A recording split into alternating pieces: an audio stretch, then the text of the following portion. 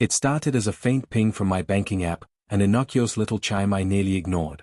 Sunlight streamed through our den window, dust motes dancing in its beams, and I was sipping coffee after a grueling week at work. Normally, I'd glance at my phone, see a routine charge for groceries or streaming services, and carry on. But this time, I froze. The notification read, "Car rental charge, thank you for your payment," pinned under my wife's name. I felt my chest tighten, a dull ache of surprise and unease. She had never mentioned renting a car, let alone planning a trip. So why, in God's name, was our joint account paying for something I knew nothing about? I suppose I should clarify who I am, and who I believed we were. My name's Malcolm, and for the past 9 years, I've been married to Athena, a software trainer with a laugh that once made my heart soar. We live in a modest suburban cul-de-sac, the kind of place where neighbors wave but rarely pry. In many ways, we've been that couple people call solid, stable finances, no huge dramas, quiet routines. I'm a finance consultant, often busy with budgets and spreadsheets. She's the more adventurous one, always yearning to break monotony with some weekend escape. At least, that's how she used to be. But for some time, things have felt out of tune. Subtle changes in her. She seemed restless, more prone to slip away for errands that took twice as long as expected.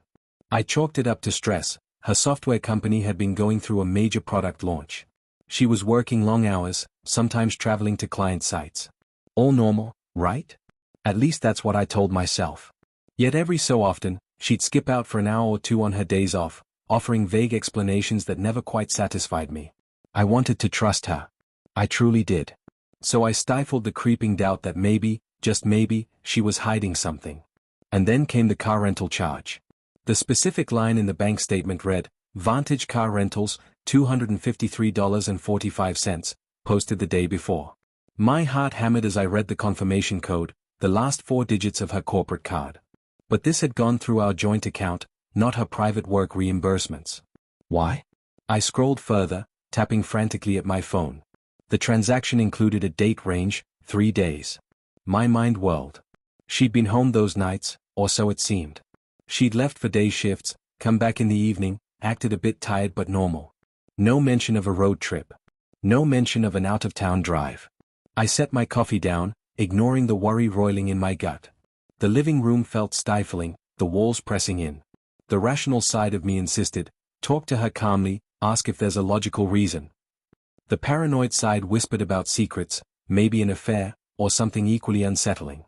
The memory of her errands returned, each unexplained hour twisting in my mind. Had she used that rental car during those times? Where could she possibly be going? Athena was at her office that morning, scheduled to lead a software training session for new hires. I was due at my own workplace, but the thought of trudging through spreadsheets while my mind was in turmoil seemed impossible. Still, life doesn't pause for marital drama, so I grabbed my bag, locked up, and drove downtown. The entire commute, I practiced how I might ask her about the charge. Maybe I'd start with, "Hey, something weird popped up, mind clarifying?" Or I'd go straight to, "Why are you hiding a rental car from me?" None of it felt right. At the office, I attempted to bury myself in tasks, but it was futile. Every few minutes, I glanced at my phone, half expecting Athena to text me about lunch or ask me to pick up something. She never did. By noon, I was so distracted that my boss, Harriet, asked if everything was okay. I mumbled something about personal stress, not wanting to confide. My wife's potential secrets felt too raw to share with a coworker. Harriet gave me a sympathetic nod, then left me to flounder. Athena texted me around 4 p.m., "Heading home soon, what's for dinner?" My heart lurched. The casual tone stung. She was acting like everything was normal. I typed a short reply, "Whatever's in the fridge. Need to talk when you get in." I tacked on a smiley face, unsure how else to keep a neutral front. She responded with a thumbs up, apparently unworried. It was nearly 6 p.m. when I arrived home. She beat me by half an hour, greeted me with a light kiss, then rummaged in the fridge for leftover spaghetti. As I slipped off my shoes, I watched her from across the living room, trying to guess her mood. She seemed a bit distracted, but not overtly guilty. When I joined her in the kitchen, she asked about my day, chatted about her training session. Her tone was friendly, affectionate even. My stomach churned. If she was hiding a big secret, she wore the mask well. Finally, I took a breath. "Athena, we need to talk." The words came out unsteady, but resolute. She paused, eyeing me. Sure, she said. What's up? I pulled my phone from my pocket, opened the banking app, showed her the line item. Vantage Car Rentals. $250-something. Happened yesterday, apparently. Why is it under your name? And why didn't you mention renting a car? Her expression flickered, a flash of something, panic? But she quickly composed herself. Oh, that. It's complicated, she began, setting the leftover spaghetti aside. It might be a mix-up with my corporate account. I sometimes get reimbursements for rentals, and maybe it posted incorrectly. She tried for a casual shrug. I'll have to check with finance tomorrow. I held her gaze, hearing the slight waver in her voice. But it's not on your corporate card, I countered. It's on our joint account. Why would your company put it on that card by mistake? She swallowed, looking momentarily cornered. I'm not sure. Could be an error when I booked it. I might have used the wrong card in a rush. Let me see the details. She motioned for me to hand her my phone. I did, watching her skim. She murmured, this is for 3 days. That's weird. My last work trip was only a day rental. Her brow furrowed in a show of confusion. My chest tightened. She was performing confusion, but I sensed a deeper scramble beneath the surface. So you had no idea about a 3-day rental? I pressed, voice taut. You didn't actually rent a car for a personal trip? Because if so, we can talk about it. But if you're lying, I don't know what to think. Her lips parted. Malcolm, calm down. I'm not lying. Let me handle this with my finance department. I promise it's just some mix-up. Don't jump to conclusions, okay? She set the phone aside, leaning to wrap her arms around me in a hug. I stood stiffly, mind whirling. She was deflecting again, or so it seemed. I half expected her to tear up with a guilty confession, but she didn't. All right, I managed, stepping back. Then you'll clarify tomorrow, yes? And let me know. She nodded firmly. Absolutely. I'll email them first thing. She tried to coax me into the leftover spaghetti, but my appetite was gone. We spent the rest of the evening in an awkward dance, me, tense and suspicious, her, overly sweet, as if trying to calm me. By bedtime, I felt no closer to the truth. The next day, we parted ways for work. She claimed she'd talked to her corporate finance folks about the charge. I didn't get any updates until lunch, when she texted, finance is looking into it. Might take a day or two. Let's not stress. My frustration grew. It felt like she was stalling. That evening, she came home with a story, so the finance manager said they see no record of a 3-day car rental in my name. They suspect a glitch in the vendor system. We might need to dispute the charge with the bank. She gave me an apologetic smile. I'll handle it, I promise. I forced a nod, though my gut told me something was off. If it was truly a glitch, wouldn't it get resolved quickly? We had a second conversation that night, me pressing for details about any accidental bookings. She insisted she had no memory of renting for 3 days. The entire narrative felt flimsy, but I couldn't pin her down. If she was lying, she was committed to it. A few more days passed. She didn't bring up the dispute again. The charge remained unrefunded in our account. I simmered with uneasy tension. Meanwhile, she had an errand on Saturday that spanned 3 hours, allegedly to pick up a gift for a coworker's baby shower. She came back with a small gift bag, sure, but the timeline felt excessive. My suspicion soared once more. Sunday morning, I decided I'd do some detective work of my own. I rummaged in the home office for any leftover receipts or documents that might reveal her activities. I found nothing relevant, until I recalled she sometimes stuffed older papers in her car's glove compartment. While she showered, I slipped outside, unlocked her sedan, and started snooping. Among the random junk, I discovered a folded piece of paper from Maplight Car Rentals. My heart lurched. Different name than Vantage, but it might connect. It was a contract summary, referencing a certain sedan's license plate, with return date, August 15th. That date had been last week. The charges matched the $253.45 from our statement. She'd lied about some glitch with her finance department. She had physically signed this contract. My pulse pounded, betrayal washing over me. I carefully refolded the paper, put it back. My mind reeled. She definitely rented a car last week for 3 days. The contract said the pickup location was in the next town, meaning she must have driven her own car there, left it somewhere, and taken the rental. The bigger question, why? Where did she go? She came home each evening, acting normal, yet apparently used a rental during the day? I marched back inside, fury building. She was still in the shower. I waited in the living room, that contract's details seared into my memory. When she emerged, fresh-faced, a towel in her hair, I confronted her. "I found your rental contract in the glove box," I said quietly, arms crossed. Her eyes widened in alarm. Before she could spin a tale, I pressed on, "You told me it was a glitch. But here's the proof you actually did rent a car for 3 days. Care to explain?" Her face paled, and for a moment, she looked on the verge of tears. "Malcolm, wait, let me." "God, Athena," I snapped, voice cracking, "just tell me the truth. Are you having an affair? Are you driving out somewhere with someone else? Because I can't think of a normal reason to hide a rental." My voice trembled with heartbreak. "You've been lying for weeks, about errands, about this car, about the bank charge. Enough." She swallowed hard, tears pricking her eyes. "I'm not cheating," she murmured. "I swear, it's not that. I don't know how to say this." "Just say it," I pleaded, tears of my own burning. "I'm done with half-truths." Her eyes flicked downward. "I've been traveling to see my father," she finally said, voice trembling. "He's not well. I found out recently he's living in a care facility 3 hours away. We've been estranged for years, ever since he left me and Mom. But I discovered he's terminally ill. He reached out, wanted to see me, asked me to keep it quiet from Mom. She'd be devastated if she knew I was talking to him. That's why I used a rental. I didn't want you or anyone noticing mileage on my car, or me being away for so long. I didn't want the questions." My breath caught. Her father, the man who'd abandoned them when she was 12. She never spoke kindly of him. "So you've been visiting him in secret?" I asked, heart pounding. "Why not tell me, your husband? You think I wouldn't understand?" She gave a shaky sigh, tears slipping. "I was afraid. I wasn't even sure if I wanted a relationship with him. But I felt obligated to see him before he, passes. I guess I worried you'd judge me or push me to tell Mom. I was so conflicted. So I lied about everything. I'm sorry."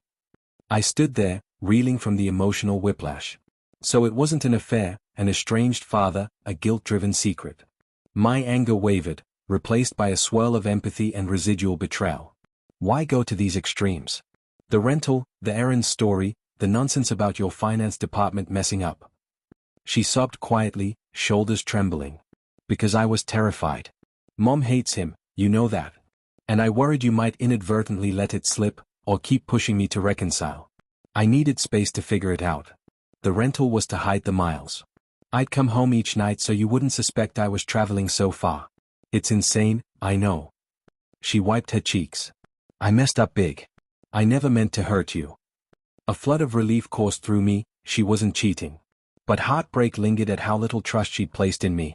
"You could have told me you wanted to see him discreetly," I said, voice unsteady. "I would have respected that. We're partners." She nodded miserably. "I know. I was cowardly." Then, once I started lying, it spiraled.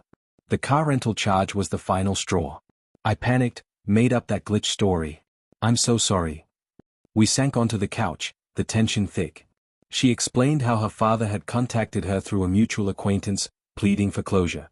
She'd driven out after work each day, returning late, sometimes skipping dinners or errands. The father had good days and bad, but each time, Athena felt more confused about how to handle him. She insisted there was never any betrayal beyond that. The father was the only reason. I felt tears welling, a mix of anger and sorrow. "You let me think the worst," I said softly. "You lied to my face. You knew how suspicious it all looked, and you kept doubling down. Do you realize how close we came to falling apart?" She squeezed my hand, tears streaming. "I do. I hate myself for it. Once I started lying, I couldn't see a way out without hurting you or betraying my father's confidence. But you're right, you should have known. You're my husband. And I didn't trust you enough. I don't blame you if you're furious." I was furious, yes, but also drained. A father's end-of-life crisis is a complicated emotional bomb. She'd chosen secrecy over honesty, but her reasons, while flawed, sprang from familial guilt, not a desire to betray me. "I want the truth from now on," I said, voice cracking. "No matter how messy. Let me help you. If you want to keep it quiet from your mother, fine, but you can't lie to me again." She nodded fervently. I promise. No more lies. We spent the next few hours talking, crying, letting the weight of deception unravel. She told me about the facility, how her father's mind sometimes wandered, how he asked about her life. She described the heartbreak of seeing him so frail, the anger she still felt for his abandonment. I listened, pained that she endured this alone. We decided I'd accompany her if she felt comfortable, or at least let me support her from afar. We'd keep her mother in the dark if that was necessary for now, but we'd do it together, with honesty between us. It wasn't a magical fix. The betrayal had severed some trust. But understanding her motivation softened my resentment. That night, she showed me photos she'd taken at the care facility. The old man looked so different from the stories she used to tell. She apologized 100 times for the meltdown about the car rental. I apologized for letting suspicion stew so long. We found a shaky peace. In the aftermath, we hammered out ground rules. If she needed to drive out again, she'd either use her own car or at least let me know if she rented one. No more secrets. She also agreed to let me know the days she planned to visit. The father had possibly just weeks or months left, so it was urgent, but that didn't justify lying. She insisted she truly had no romantic or shady reasons for these trips beyond that paternal closure. Gradually, trust began to mend. Over the next weeks, she made a few more visits to the facility, always telling me in advance. I sometimes offered to come, but she'd gently say she wanted to do it alone. I respected that. Each time, she texted me updates. He recognized me today but was confused about the year, or he told me stories from my childhood I never knew. I'd offer emotional support, and she no longer tried to hide tears. The tension eased. We also faced the financial side. She cancelled the remaining charges with the rental company, explained the situation. They understood. The bank reimbursed us for the erroneous route. The fiasco ended. My relief was immense, but a sliver of lingering hurt remained. We sought couples counseling, just a few sessions, to address the deeper issue of secrecy. The counselor encouraged us to validate each other's fears, her fear that I'd push her into confrontation with her mother, my fear of being blindsided by secrets. This process was painful but ultimately healing. People often assume a suspicious credit card charge equals an affair. In our case, it was a different kind of heartbreak, still a betrayal, but rooted in family guilt. The counselor told us any form of deception can corrode a relationship, whether it's about infidelity or a paternal secret. We emerged from counseling with a vow of open communication, even about tough topics. Athena recognized that her father's approach was deeply complicated, but that I was here to help, not sabotage. Eventually, her father's condition declined further.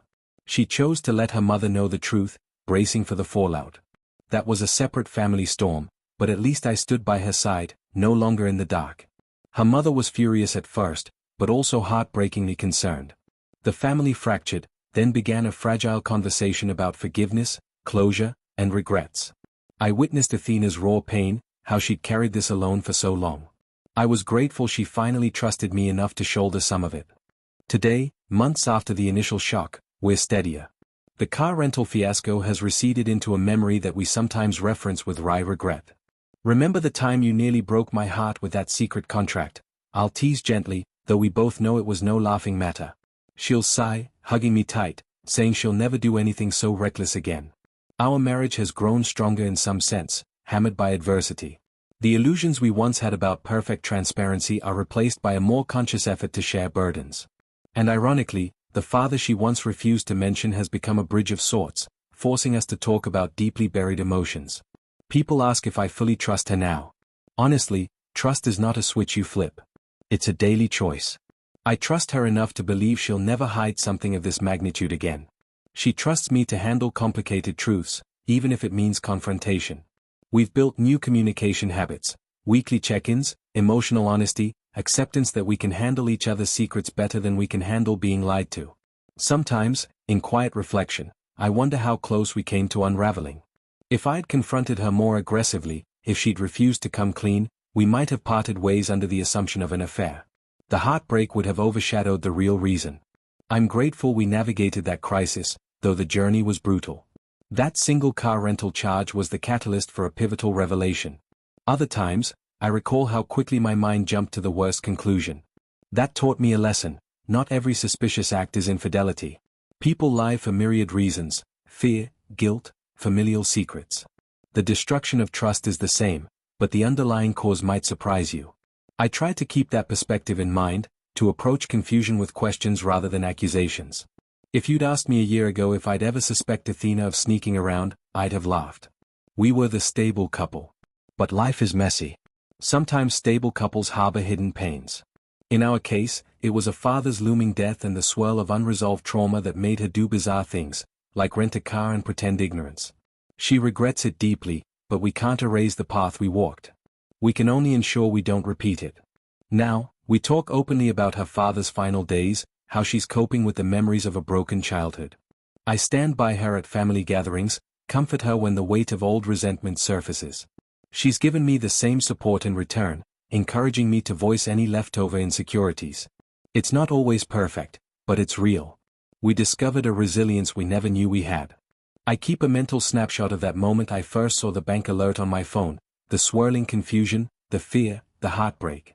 In some ways, it was a small nuclear bomb in our marriage. But it forced us to rebuild with a deeper foundation. If I'd never caught that charge, she might have continued her secrets, possibly leading to bigger collapses later.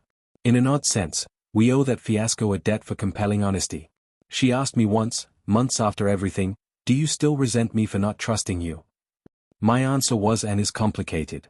Part of me is still hurt that she believed I couldn't handle the truth. But a bigger part of me sees that her fear was more about her own unresolved trauma, not about me. She was afraid she'd lose control of the situation, that I'd push her into reconciling or break her mother's heart. We've learned that these fears are best handled together. No question is too big or too messy. I told her that, and she cried softly, repeating how sorry she was. I rubbed her shoulder, whispering that I forgave her. Time has a way of smoothing rough edges. We're not the same naive pair we were. We're a bit more scarred, but also more empathetic toward each other's complexities. Some might say illusions are gone, replaced by real acceptance. I can't say it's all been easy, but I can say it's made us stronger. If there's a takeaway from our story, it's that secrets rarely remain buried. A single bank alert or suspicious receipt can unravel them, risking enormous damage. But if there's genuine love, a willingness to own mistakes, and a capacity for forgiveness, a couple can come out the other side battered but unbroken. For us, it took confronting the possibility of an affair to discover a very different truth. And in the end, perhaps that truth was easier to handle, though no less painful in its own way. As for the father, he passed away a few months after we began sharing the secret. Athena was by his side in his final moments, accompanied by me eventually, once she overcame her fears. She found a bittersweet closure, and her mother, once furious, softened enough to let her daughter grieve. That tension still lingers, but at least Athena isn't carrying it alone. She has me, and I have her, and we walk this uncertain path with eyes open. We sometimes joke, very gently, that I should be grateful for my finicky attention to finances, because if I'd been less vigilant, we might never have uncovered the secrets in time to handle them. She might have silently carried her father's final months on her shoulders, returning home every night with a forced smile, lying about random shifts or errands. And maybe the lie would have corroded us from within. So ironically, my thoroughness with bank alerts helped preserve our relationship. Still, there's no denying the pain. Even now, if a random charge appears on our joint statement, my heart jumps. But then I remind myself, we promised to keep no more secrets. And she's kept that promise so far, showing me receipts or disclaimers for any unusual purchases. I do the same. It's a bit comedic how we share every detail, but after the fiasco, we'd rather overcommunicate than let doubt fester. Reflecting on it, the lessons are multiple, that love can be tested by unexpected revelations, that suspicion can run wild if left unchecked, and that empathy is crucial. Athena's meltdown with car rentals wasn't malicious, it was a misguided attempt to handle a complicated father-daughter crisis. Knowing that doesn't erase the hurt, but it helps me understand. Understanding paves the way for forgiveness. And so, life goes on. The day-to-day routines have mostly returned, but with a deeper undercurrent of honesty. She's found a measure of peace over her father's passing, grateful she got to see him, even if it was under secrecy at first. We talk more openly about our feelings, and I no longer assume everything's fine without checking in. Our marriage, once threatened by a single suspicious charge, stands intact, proving that even the worst illusions can be overcome by genuine conversation and care. In the quiet moments of self-reflection, I realize how precariously close we came to a different ending, one fueled by blame, culminating in heartbreak or divorce. But maybe we were lucky that the truth was ultimately forgivable. If she had been cheating, who knows? Instead, we had to wrestle with an emotional labyrinth of family pain. And in that labyrinth, we found each other again, albeit with a few scars as souvenirs.